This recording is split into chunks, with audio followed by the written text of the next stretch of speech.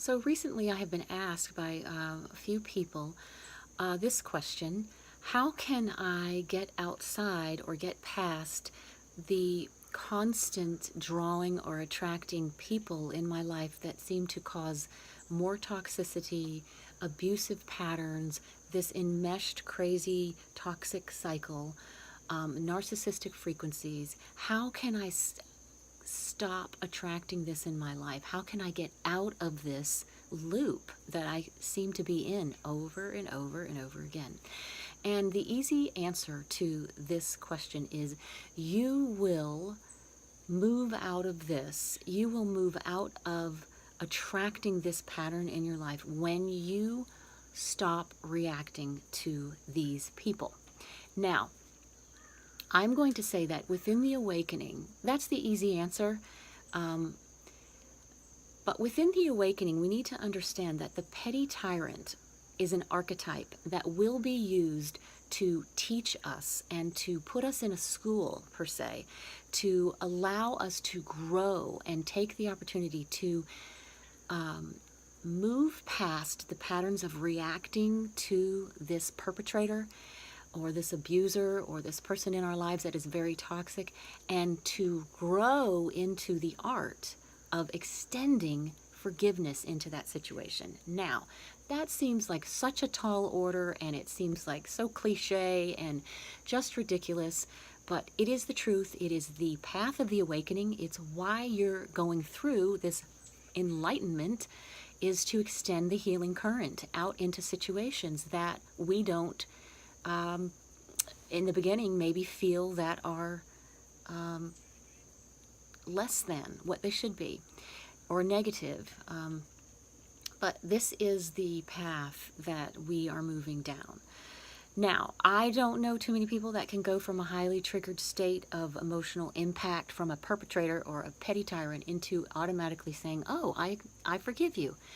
There needs to be a bridge in between, and that bridge is what the New Age community would call shadow work, or what I call trauma work, or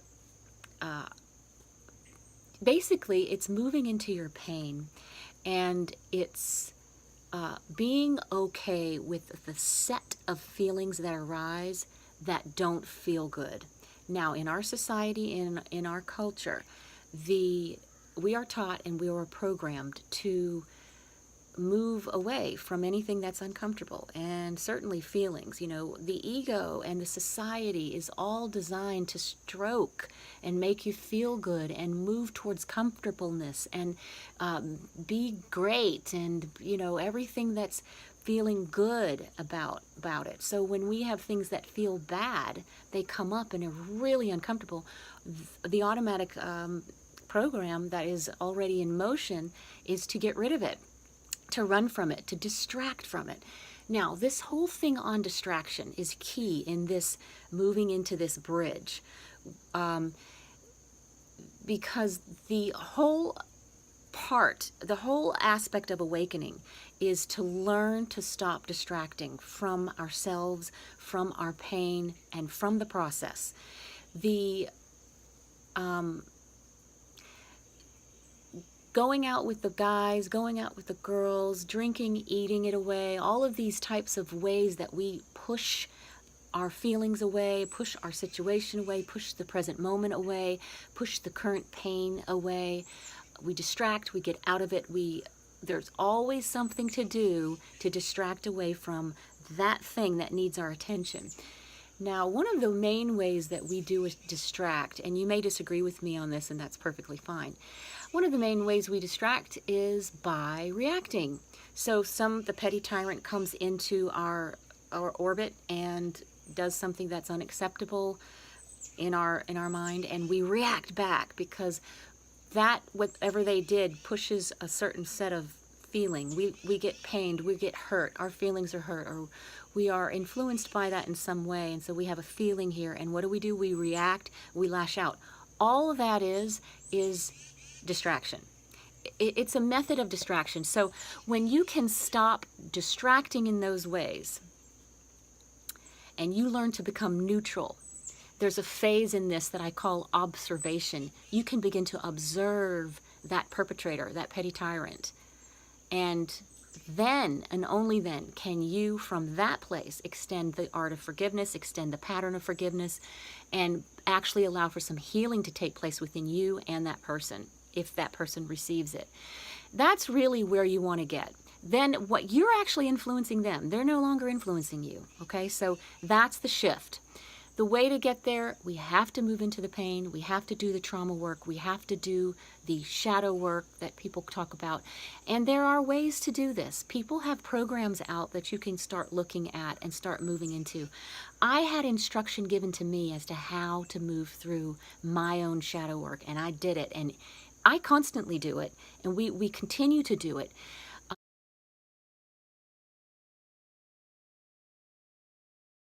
I will also say that I feel like we are all shamans, we are all healers, we are all alchemists. We have the ability to allow, when these things come up, to allow them to be transmuted and then move out.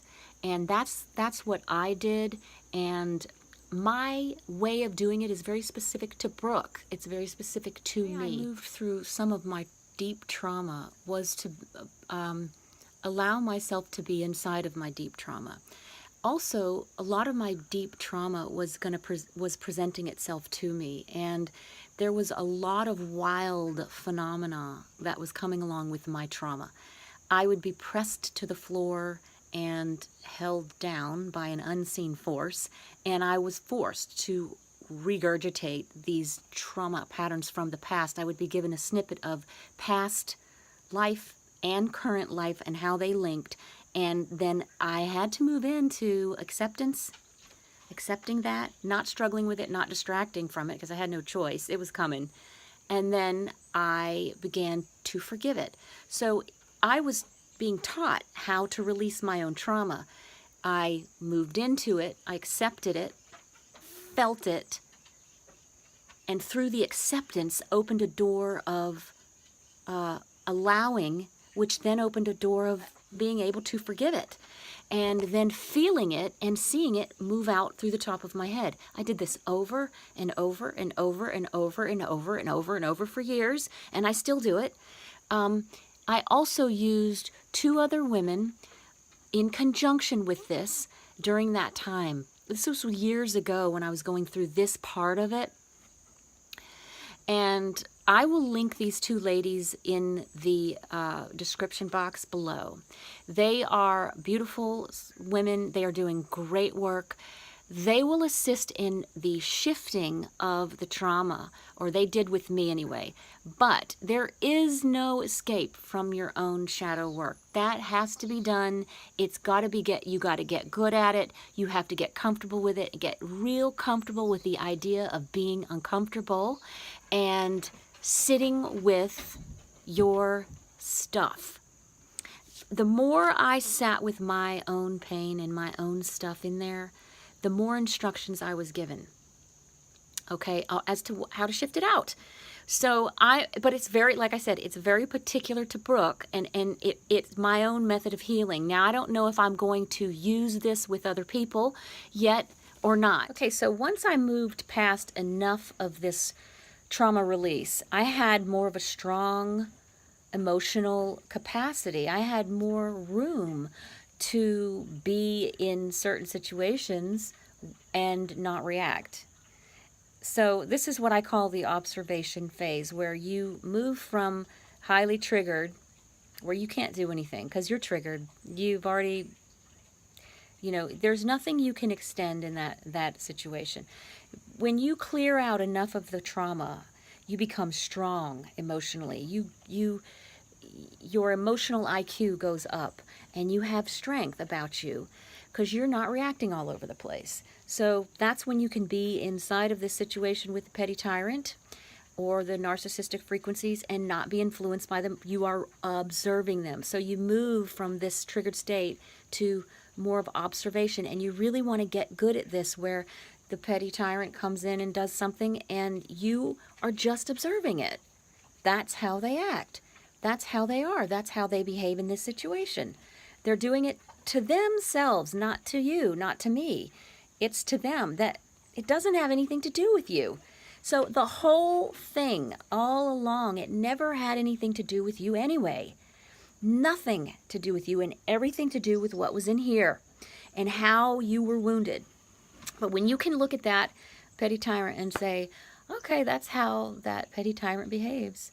Yeah, okay, so they're arrested in their development, and it's okay. It's only then can you move into, I actually have compassion for that person. Even though they're treating me so horridly, I have compassion for you, and then you can say, I extend the forgiveness. I forgive you. I forgive myself for feeling like such a victim or feeling so badly done by, because that's not true. You know, when you come into the power of who you are, the power of your own strength of being, you cannot be influenced by these people. And you begin to influence them. This is where you're headed. This is why you're stuck in such horrid, toxic relationships and patterns, because you're going to need to come to see this.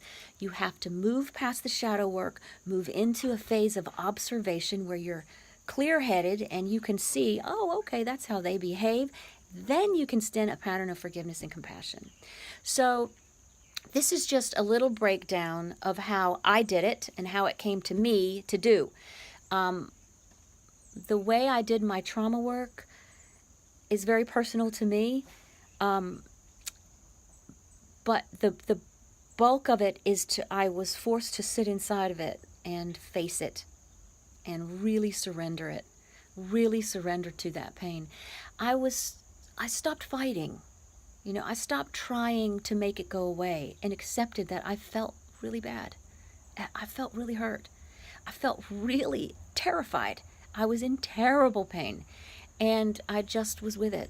I stopped fighting, and that was a form of surrender. And as soon as I did that, so much information came in as to what to do, as to how to heal, as to how to let this transmute, and I was transmuting the energy. So that's what you'll do too. And I'm sure there are programs out there that have the same basic principle. But you got to do that first. There's no way around it. The way out is through that. Then you move into, I can observe. You're very neutral. Then you can actually do some healing work and extend some forgiveness. So this is the way I look at this release and this freedom. And it is such freedom now to know that you don't have to be there ever again. And you have the power to influence them or that situation. You know, I was reading, this is a long time ago, I was studying with a man who, 20 years ago or something, and I was reading one of his articles, and it said, the words were, if you can still be hurt by someone, you still have a lot of work to do.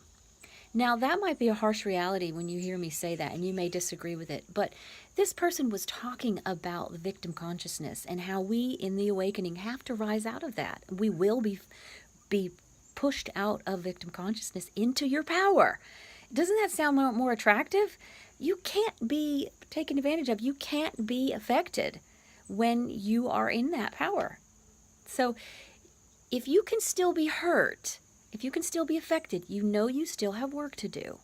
And so that's the work. The work is, why am I being affected? Why is it hurting me? We go into it, and we will be shown. You will be shown why. So anyway, I hope I hope this answered your question as best as I could. I hope you're having a wonderful day, and I will see you guys on the next video. Just one mention here. When you do come to the place of, in a genuine place in yourself, of actually extending a pattern of forgiveness, you do cut the psychic cords. You do cut all psychic connection when you can release that into that situation. This is the best way to cut cords psychically, and to the person, to the situation, and ultimately to the patterns, to that pattern. This is the way to do it. It is through, like I said in the beginning of this video, the pattern of extending forgiveness. So this is the best way to do it. It's the most wholesome way to do it. So yeah, I wanted to just mention that about the psychic cord cutting. Many people talk about that. This is a good way to do that. Anyway, I hope you're having a great day, and I will speak to you all on the next video.